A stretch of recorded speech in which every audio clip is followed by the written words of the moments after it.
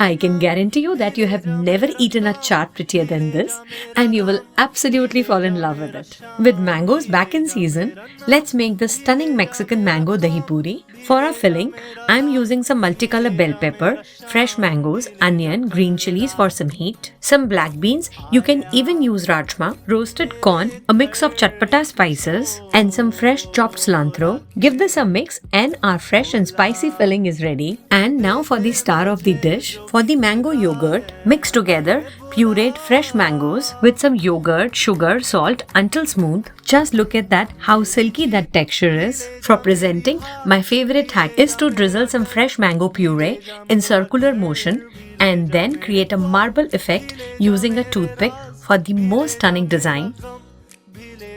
And when you're ready to serve, fill your puris with the filling and arrange them on your dish and top these off with your usual tamarind date chutney, cilantro mint chutney, some bhujiya and pomegranate. There is no better way to celebrate the start of mango season than with this Mexican mango dahi puri. Hope you all love it. Head over to my blog for more detailed recipe and enjoy.